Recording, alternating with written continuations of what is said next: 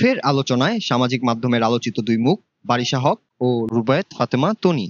দুজনেই ভিন্ন ভিন্ন কারণে সামাজিক মাধ্যমগুলোতে পরিচিত। সোশ্যাল মিডিয়ায় ব্র্যান্ড প্রমোটার হিসেবে বেশ জনপ্রিয় বারিশা হক। লাইভ সেশন নিয়ে 1.3k ভিউয়ার্স জয়েন হয়ে গেছে রাইট নাও। ঈদুর মুখীরা সব কই কই কই তাড়াতাড়ি লাইভে জয়েন হয়ে যান। আর সেই জনপ্রিয়তার জন্যই ব্র্যান্ড প্রমোশনের জন্য মোটা অঙ্কের টাকাও নেন তিনি।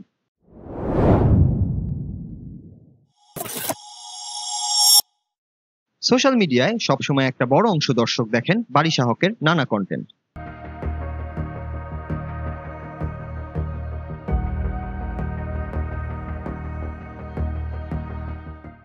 অপরদিকে রুবায়েত ফাতেমা তনি সোশ্যাল মিডিয়ার একজন আলোচিত উদ্যোক্তা, যিনি অনলাইন শপ থেকে তার ব্যবসার পরিধি বাড়িয়ে গুলশানের পুলিশ প্লাজা সহ একাধিক স্থানে শোরুম ও রেস্টুরেন্ট দিয়েছেন। নিজের থেকে বয়সে অনেক বড় একজনকে বিয়ে করে আলোচিত হন সোশ্যাল মিডিয়ায়। সেই থেকে সোশ্যাল মিডিয়ায় সবসময় একটা বড় অংশের দর্শক ধরে রাখছেন তিনি। সোশ্যাল মিডিয়ায় এত বিশাল দর্শকদের আগ্রহে থাকা দুই সোশ্যাল মিডিয়া ইনফ্লুয়েন্সার যখন সামাজিক মাধ্যমে বিবাদে জড়ান,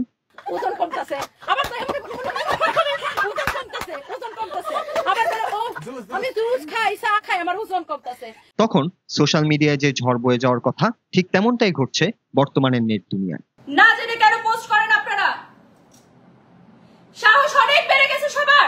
একটি ব্র্যান্ডের ফটোশুট ঘিরে তনি গণমাধ্যমে অভিযোগ করেন বারিশা হকের বিরুদ্ধে। এর পরপরই উত্তপ্ত হয়ে ওঠে সামাজিক মাধ্যম।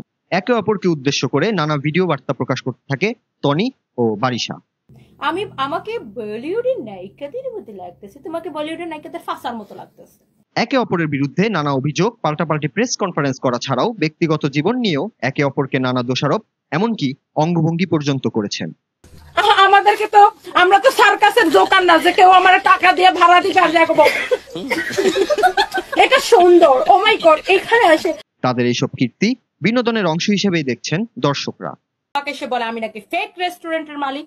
আরে ফকিন্নি, তুই তো ভুলে গেছিস, তোরে 2 দিন আগে আমি টাকা দিয়ে কিনাই না আমার এই শোরুমে লাইভ করাইছি। যা দেখতে অনলাইনে মুখিয়ে থাকছেন সোশ্যাল মিডিয়া ব্যবহারকারীরা।